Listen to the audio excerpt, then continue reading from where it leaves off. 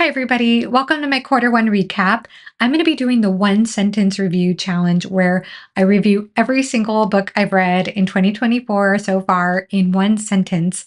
I'll also be doing this in my very subject to change ranked order from the books I enjoyed the least to the ones I enjoyed the most. No reflection on how well executed the book is, just on my personal level of enjoyment.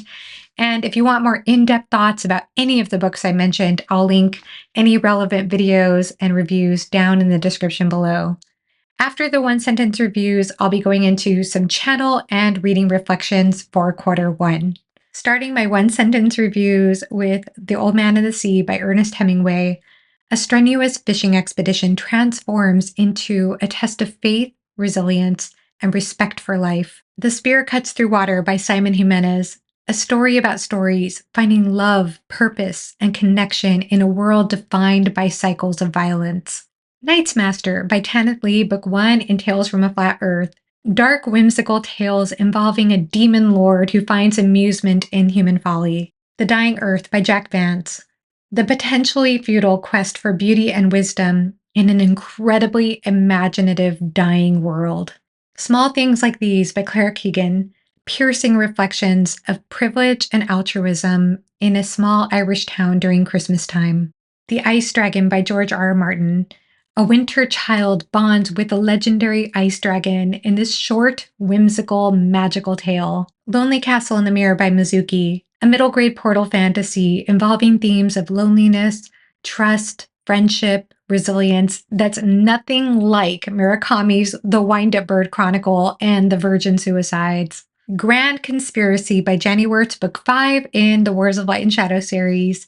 An epic fantasy story involving magical artifice, jealousy, betrayal, misogyny, and environmental chaos. A Knight of the Seven Kingdoms by George R. R. Martin. 3 adventurous tales involving an unlikely fun friendship between a mysterious bald boy and an imposter hedge knight. Flowers for Algernon by Daniel Keyes.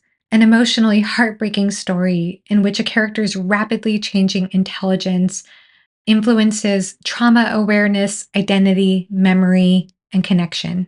The Last Unicorn by Peter S. Beagle is a whimsical, beautiful tale of a unicorn seeking to find the last of her kind, involving themes such as identity, acceptance, hope, and regret. Ice by Anna Kavan, an atmospheric, disturbing traveling narrative exploring patriarchy, war, obsession, abuse of women, and environmental themes. Ubik by Philip K. Dick. A futuristic mind-bending mystery involving strange coins and spray cans, safe when handled as directed. In Ascension by Macinnes. A journey into the deep ocean and outer space mirrors the personal life of a microbiologist in this circular, intimate, introspective, and potentially boring for some SFF readers story. The Bone Clocks by David Mitchell. A travel through time and a vast array of human experience as an angsty teenage girl makes a choice that creates ripple effects for several future lives. Rebecca by Du Maurier. A masterfully crafted Gothic tale following the new bride of the Manderley estate, haunted by her husband's deceased wife, Rebecca. Solaris by Stanis Law Lem, translated by Bill Johnston. A one-of-a-kind first contact story about a planet that evokes surreal wonder and psychological horror, and a multitude of questions regarding the nature of consciousness. The Death of Ivan Ilyich by Leo Tolstoy. A short story that powerfully confronts death, social elitism, and evaluating life choices. The Dispossessed by Ursula K. Le Guin. A fascinating critique of contrasting societal views, emphasizing themes of an ambiguous utopia, capitalism, freedom, privacy, ownership, and boundaries. And that concludes my one-sentence reviews for quarter one. Some of you may have noticed I'm reading more sci-fi, enjoying my time reading sci-fi, and I've been reading a lot of backlisted books, a lot of shorter fiction, but I am continuing to read fantasy. I'm continuing Wars of Light and Shadow by Janny Wurts. I'm currently reading Tigana by Guy Gavriel Kay, which I'm greatly enjoying. I do plan to pick up Aspect Emperor Book 1 in May alongside Philip Chase, so we'll be talking about that series together. And if you've been around here, you may have noticed that I'm doing fewer single book reviews. I did one for Spear Cuts Through Water earlier this year, But instead of doing single book reviews, I'm now more often lumping my reviews together in 4 to 5 books at a time and not necessarily doing it in a wrap up format because I usually associate the Booktube wrap up format with whether I liked the book or not. Just more of a very short surface overview, which I think has its place, which is why I wanted to do this quarter 1 type of video. But at the same time, I enjoy going a little bit more in depth about each book that I read. So that's why I've been doing the format I've been doing. And while I've been enjoying my time doing that, I I don't know if those videos have as much mass appeal. I've received fantastic qualitative feedback from the comment section on those videos. But as far as mass appeal, I don't really know how to make those videos appealing to a wider audience when the books are not necessarily the most hyped books. So that's been a challenge for me as a creator, I'll be honest. And I am thinking about going back to the wrap up format in addition to that. So I'm a little conflicted about that right now, honestly, but I am enjoying the books I'm reading and I enjoy talking with you all about it. And the mass appeal challenge is hard because I do receive comments now and then from people who say they're subscribed to my channel, but that my videos don't come up in their feed. So if you're one of those people, all I can say is that I'm trying. I do try to put out at least one video a week, and usually on a Friday, though not always. And sometimes it's a Why Read episode. Those are usually on Saturdays at 2 p.m. EST. But if my videos aren't coming up in your feed, then I would kindly ask that maybe you hit the bell notification. I know that's a very YouTube thing to say, but all that said, I've been really enjoying my time so far this year. I had fantastic Why Read discussions in the last few months. I had a fantastic discussion with Bridger from the Library Ladder in January, followed by a wonderful discussion with John from Talking Story and Chris Navo in February. And then last month, I had a fantastic discussion with Becca and the books, and Gavin reads it all. Those were all such fun discussions. I love the Why Read series, and I do hope to have more episodes planned in the future. I also want to quickly mention some guest appearances and collabs I've been in. So first of all, I was a guest on Beard of Darkness's channel at the beginning of the year.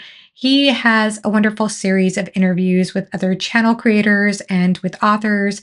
And he's such a great guy. I had a great time chatting with him. I know he's had some health struggles and has been in the hospital, as he's announced on Twitter, but it seems like he's coming back pretty strong on Booktube, and I highly recommend checking out his channel. I was also recently a guest on Page Chewing with Taylor from Made Between Pages and PL Stewart alongside Tori from Tori Talks. And I love those people. So it was so much fun to talk with those three. Please check out that as well. And I was also in a fantastic collab, 2 fantastic collabs regarding themes. So one was on Murphy Napier's channel with Murphy and Bookborn. We had a fantastic time talking about themes and author intent.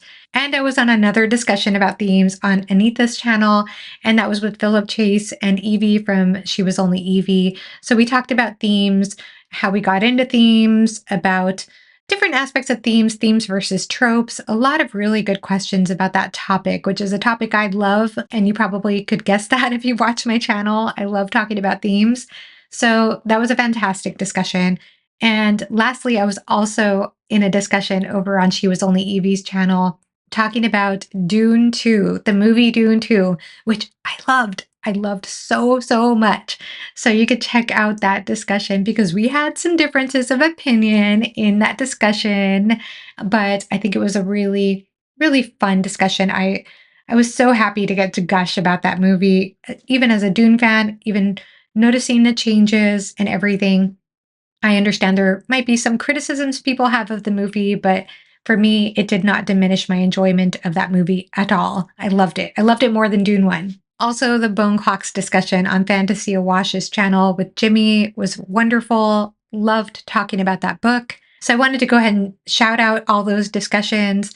As for other activities, I've been enjoying the Shogun adaptation. I started out watching that on Alan's Discord, the new Shogun adaptation, I should say, the one on Hulu.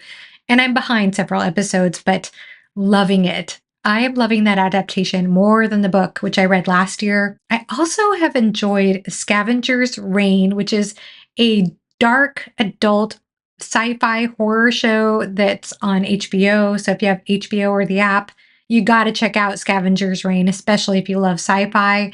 I had the best time watching that with my husband. Very dark, disturbing show in some ways, but incredible soundtrack, incredible cast of characters, even though it's animated. I thought the voice acting was excellent. I enjoyed the different representation in that particular cartoon. It was incredible.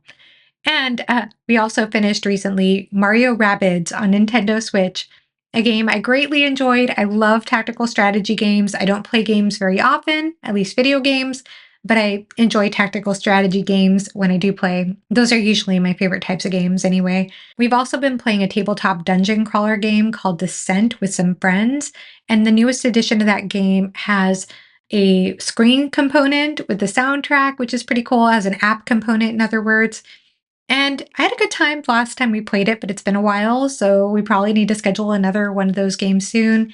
I guess that's about it for now. I've also been enjoying the warmer weather, the sunnier weather here, and also have been enjoying being more active. I've been running and walking and doing physical stuff. But please let me know in the comment section below what you've been up to, how your quarter one is going so far. How is your 2024 going so far? What is your favorite book of the year? And thank you so much for watching. Have a great rest of your day. Bye-bye.